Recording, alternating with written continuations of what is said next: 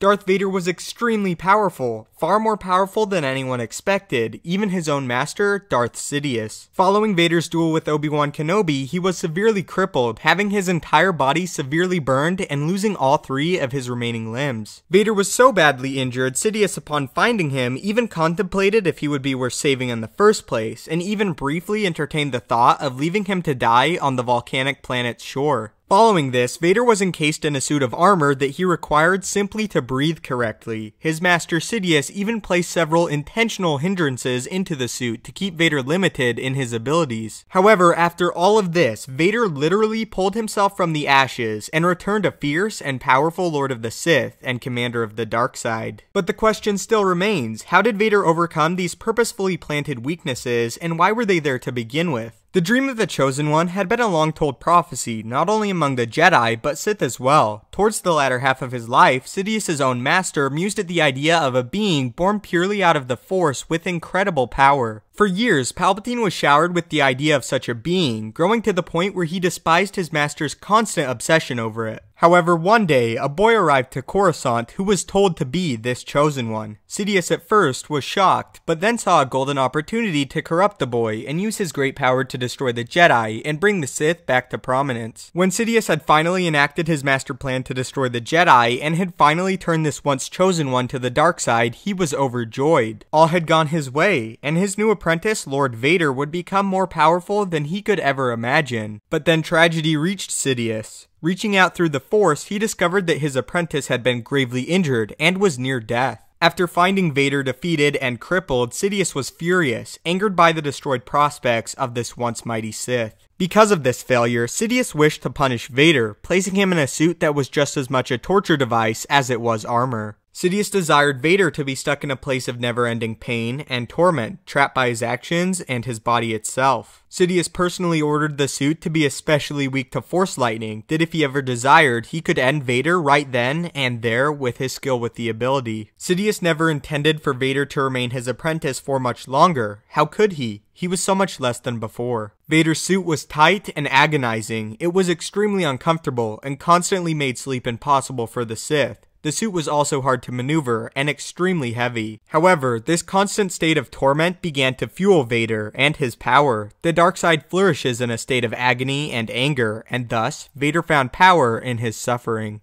Despite his hindrances, Vader successfully destroyed the remaining Jedi, driving the rest into hiding. While Vader had lost the ability to perform some Force feats, he became more gifted with others. Many of his flaws became his greatest assets, using his slow, heavy suit to his advantage by utilizing the increased strength that came with it. Vader began endlessly drilling with his suit and fully grasping how to master it. He also took full advantage of the limited training sessions with Sidious, devouring as much knowledge as he could. In moments where he was required to move swiftly, he used the Force to maneuver his suit in ways his body could not. Palpatine eventually took note of his student's power, placing various obstacles in his way to truly test if he was as gifted as he seemed. Despite how difficult or horrible the task, time after time Vader returned triumphant, his command over the dark side and the lightsaber more magnificent and terrifying than ever thought possible. Witnessing this, a feeling creeped over Palpatine he had not felt in a long while, that of fear. While Vader was partially crippled, he had now become far more dangerous than imaginable following his injuries. Seeing this, Palpatine began to further a search for an apprentice that could possibly rule the galaxy after his death.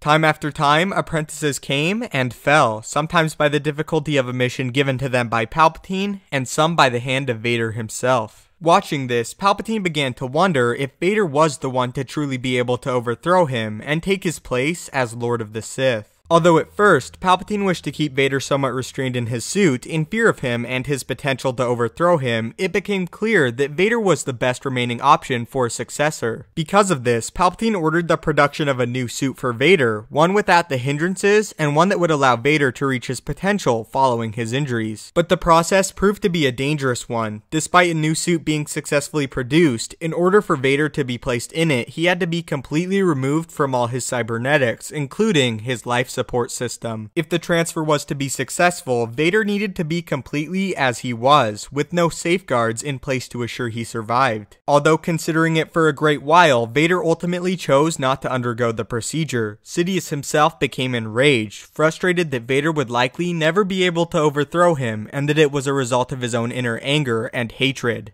It was during this time the boy Luke Skywalker was discovered by Sidious, and the opportunity to claim an apprentice more powerful than Vader arose. Because of this, it became Palpatine's primary plan to turn the young Skywalker to the dark side, as he had his father decades earlier, and finally claim an apprentice worthy and able to succeed him. Of all the monsters I have created, I still regard Darth Vader as something of a minor masterpiece. No, he was not an entirely alchemical creation, but he was my monster nonetheless. There was much pleasure in transforming Anakin Skywalker from a bright-eyed, tousle-headed youth into the greatest Jedi killer of all time. Yes, he ultimately turned against his master, as some monsters sometimes do. But that was my fault, not his. Given the opportunity to create Vader again, I would. And with zeal. So that is why Palpatine chose to make Vader weak or weaker than he could have been, and what resulted because of it. So how do you feel about this? And what do you think of Vader and Palpatine and the way they both handled Vader being severely injured on Mustafar? Anyway, thank you so much for watching. If you haven't yet, maybe consider subscribing to ensure you stay up to date with everything Star Wars related. If you enjoyed, don't forget to leave a like as it helps the channel out a great deal. If you have any lore topics or questions you want answered, do not hesitate to tweet them at me at Stupendous Wave on Twitter, or leave a comment and I will try my best to answer or make a full video dedicated to your topic. Thanks again for watching, may the Force be with you, and have a great day.